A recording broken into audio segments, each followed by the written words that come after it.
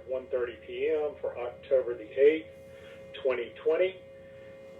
In accordance with General Statute 138A-15, it is the duty of every board member to avoid both conflicts of interest and appearances of conflict. Does any board member have any known conflict of interest or appearance of conflict with respect to any matters coming before the board today? If so, please identify the conflict or appearance of conflict and refrain from any undue participation in the particular matter involved. So again, I will do roll call so you can announce whether you have conflict or any perceived conflict of interest.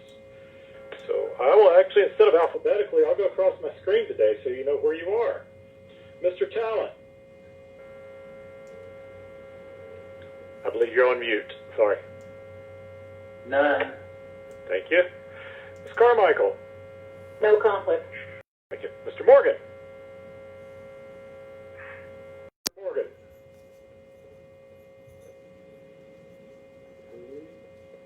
Ms. Burnham. Mr. Taylor. Mr. Taylor, can you hear me?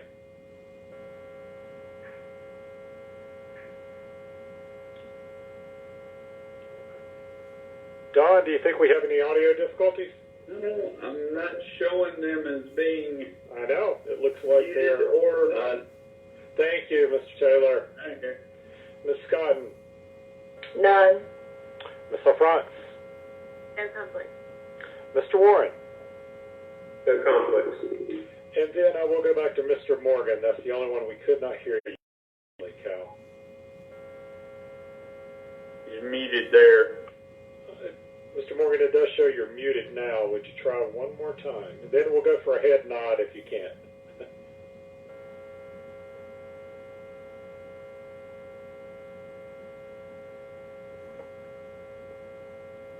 Mr. Morgan, can you hear me? Okay, Don, do you want to work on that one? I'm going to text him. Okay. I will pause for just a moment. Can you hear me? Now I've got you, Cal. Thank you. Didn't know if you could hear me. I could, and now I can. Great. Just checking to see if you have any conflict of interest concerning the matter before the board today.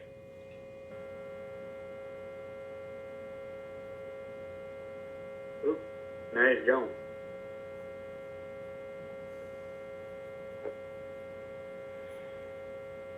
Okay. Do you want to try again, Don, or do you want to proceed? Let me,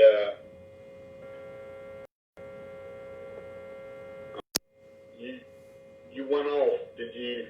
Okay, there you go. Let's see, he's connecting.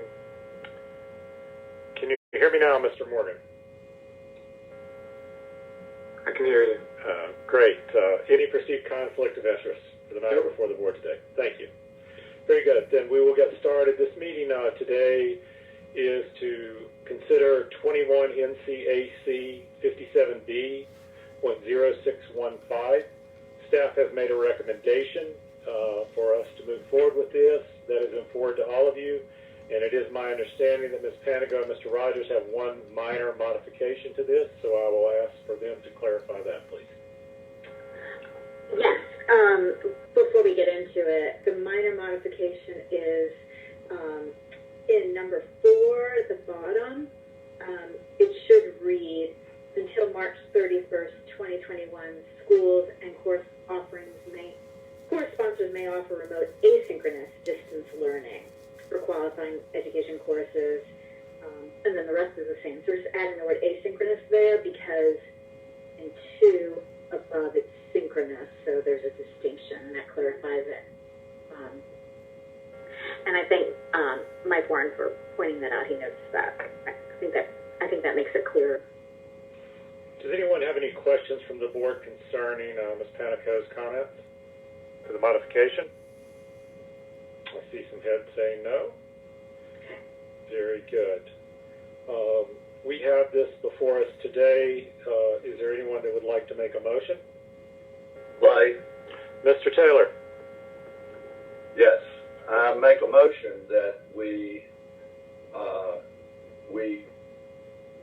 strike item 1, strike item 2, keep item 3, and make it 1, strike number 4, keep number 5 and make it 2, keep number 6 and make it 3, and change the title of this to Emergency Provisions for Extension for Continuing Education and Taking of Licensing Examination. Mr. Taylor has made a motion. Is there a second for his motion? So moved. We have a second by Mr. Talent, so we'll enter discussion then. So I would open that up to the board. Mr. Taylor, is there anything you want to add based on the changes that you're recommending from the staff recommendation? No. Is there any discussion from other board members? I vote. Ms. Carmichael. I respectfully disagree with making those changes. I just think we would be discriminating against a population of people who are not comfortable or not able to attend classes in person. I think we need to keep it as it is, as it's been proposed, in order to be inclusive and provide opportunities to everyone in North Carolina who wants to take the education and get licensed. Thank you. Ms. Burnham. I would tend to agree with Ms. Carmichael. I would be interested to hear Clay's thought on striking number 1 and 2. Yes. The North Carolina Bar Association has had tremendous success to have people in person taking their course and with no issues, and they have evidently done it right, and I don't see why we can't do the same. My concern is that people online are really not, quote, attending as they should, and not getting what they should be getting, and not being really no eye on them to speak of taking the courses. So that's why I am proposing this proposal. So I would like to offer, while we're in the discussion phase, for staff to comment, since this was a recommendation of staff, Ms. Panico or Mr. Rogers.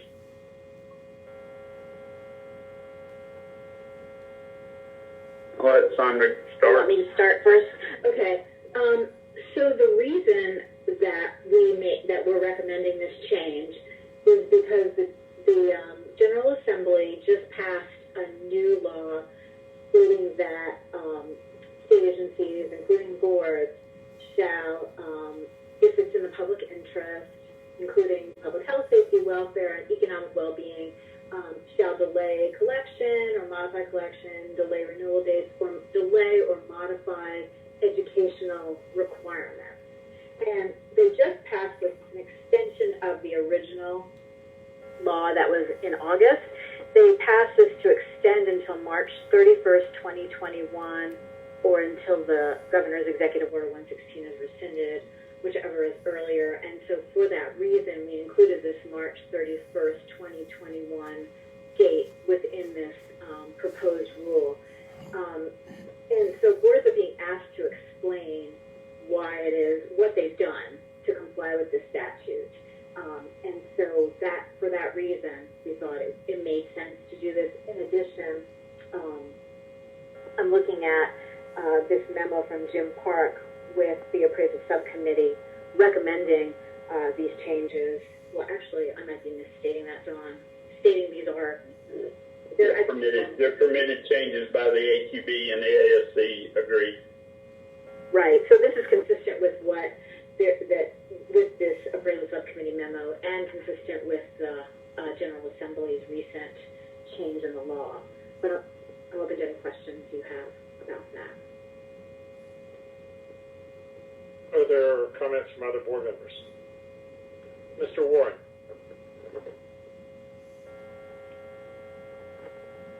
What is keeping course sponsors from offering in-class classes at this point? On gun safety, but go ahead. They are allowed to offer as long as they stay in compliance with the governor's executive order. So we took the prohibition off. However, again, as Ms. Panic had pointed out and some others on here, there are, you still have the issue of comfort level of people being in class. So this is permitted. For right now, it says that we're allowed this extension under state law to either go to March 31st or when the governor lifts the executive order, whichever comes first. So this is as far out as we can go at this time. The AQB and the ASC memo actually said we could have gone out till December 31st of next year, but that's not permitted under state law. So, or by emergency rules. So that's why that's where the date is what it is. And I would point out, just for clarity, that item 1 it involves continuing ed, and items 2 and 4 would be qualifying ed. And so that's just for clarification. So, based on the way the motion was made, that would eliminate CE being done virtually and the 2 QE formats. Ms. LaFrance? Just want to agree with Lynn. I think I personally like taking classes in person, but there are people who, their doctors are saying, do not go in crowds right now. And, there are people who just can't. And I don't think, this is something that the AQB and the ASB has given their blessing to. I don't want to be putting North Carolina appraisers at a disadvantage, when other states are going to be doing this. I do think there are people who will legitimately be affected and their careers will be affected if we do not allow this. And so without hearing a good reason why, and I think if there was some, threat to the public, hopefully that would have been addressed by the AQB and the ASB without, prior to them approving it. So I haven't really heard any reason why we wouldn't do it, and I can think of a lot of really good reasons for people who would really need this option. So. Ms. Burnham? Again, I completely agree with Claire. And Clay, I know you were concerned about whether people were actually in front of their computer or working or whatever, but as far as I know, all the CPAs are taking all their courses online. Of course, an in-class course is great, but I've done the online courses, and they're pretty good also. So I have no concerns about professionals being able to get what they need out of an online course. I trust the professionals to do what they're supposed to do. They want to be educated in their own profession, and I think they'll do the right thing. I wouldn't want to be told that I could not take online this year. Mr. Warren? Currently, with continuing education, our emergency rule runs till December 31st. Is that my memory? No, we, by policy, extended it until December 31st, the CE, but the rule actually already expired. It expired at the end of September.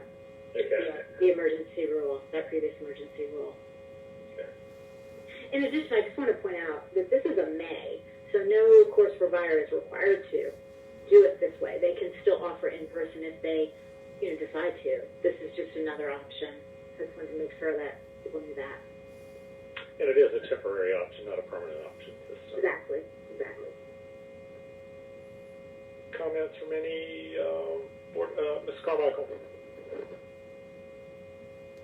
I just wanted to point out too that, it's not only, we're not only talking about, well, for this proposal, we're talking about the in-class, but it also has the ripple effect too. Somebody may be comfortable with distancing in a classroom, but, that person may have to travel, may have to stay in a hotel room the whole bit. And, there's just a whole ripple effect here, with an uncomfort level for a lot of people. So, for that reason, I just strongly believe we need to stick with what was proposed. Okay, so are there any other comments before, because we do have a motion and a second, so we will need to vote on this. I want to make sure everyone's had an opportunity to speak, though. Is there anyone else? Mr. Morgan? Yeah, Mr. Morgan. I just want to reiterate, I tend to agree with Lynn and Claire, Sarah, on this. Okay. Good. Anyone else? Mr. Ward? You may want to do a name call vote on this. I will. Yep, I will do a roll call vote since we have a first and second. So do we have a call to vote? Very good. I see that with Mr. Warren. Okay, so we have a motion on the floor that, do you want to, Clay, I apologize, but will you go back again? So basically you're rescinding 1, 2, or you're basically just keeping 3, is that correct? Keeping 3, And renaming? keeping 5, and keeping 6, Okay, and renaming. got it. So Mr. Taylor has made the motion, seconded by Mr. Talent, to make those changes. So we will do a roll call vote on this. So again, I will start at the top of the screen. Mr. Talent. We need to move off of mute. I vote for it. You vote for Mr. Taylor's. Okay. All right. Ms. Carmichael. I vote against it. Okay, against. Ms. Burnham. I vote against it. Ms. Scott. I vote against it. Ms. LaFrance. I vote against it. Mr. Warren. I'm a nay. Mr. Taylor, your motion, so you are for? I am for. Good. Mr. Morgan. Again. Okay, so we have 1, 2, 3, 4, 5, 6 against and 2 for. So this motion does not pass. Would anyone else like to make a different motion? Mr. Warren. I would like to make a motion that we accept the staff's proposal as written with the addition of the asynchronous verbiage on item 4. Okay, so Mr. Warren has made a motion. Is there a second? A second. I'll second. We have a second by Ms. Carmichael. Any other discussion? Okay, so we have that. So again, now we will go for a roll call on this motion. Mr. Talent. I vote for it. Ms. Carmichael. I vote for it. Ms. Burnham. I vote for it. Ms. Scott. I vote for it. Ms. LaFrance. Vote for it. Mr. Warren. I vote for it. Mr. Taylor. I vote for it. Mr. Morgan. For it. Okay. Okay, very good. Looks like we have a unanimous vote there. Thank you. Anything else from staff in conclusion? No, that concludes this matter. I did send all of you an email of how to log into the different conference, which starts a week from Monday. And again, just remind you that we're not having to pay for the sessions. It was sponsored, so you may register for as as many as few as you choose. There is a board member session on day 2, and the remaining sessions would be certainly fine for everybody. Anything from any board members? Then I would entertain a motion to adjourn. Motion to adjourn. Okay, so Mr. France, first, Mr. Taylor, second. All in favor? Do not need, I don't believe. Say aye. Any opposition? Motion carries. Thank you to everyone. I hope you have a great day. Appreciate it. Okay, good seeing everybody. Thank you. Thank you, everyone.